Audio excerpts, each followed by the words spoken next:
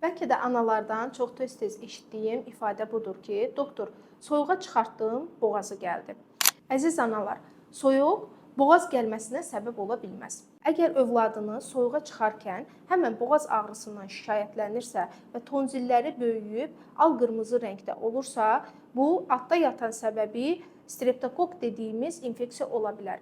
Boğaz nahiyəsində olan xroniki infeksiyalar soyuq zamanı aktivləşir və xəstəliyə səbəb olur. Bu infeksiyalar zamanında müalicə edilməzsə, uzun dönəm sonra uşağın ürəyinin qapaqlarına, klapanlarına patoloji təsir edərək uşaqlarda ürək qüsurlarının yaranmasına səbəb ola bilər. Buna görə də əgər övladınız soyuğa çıxarkən həmən boğaz ağrısından şikayət edirsə, sağlam dönəmdə əsnək nahiyəsindən yaxma verərək adda yatan hər hansısa bir xroniki infeksiya var ya da yox aşkarlayıb zamanında müalicə etmək lazımdır.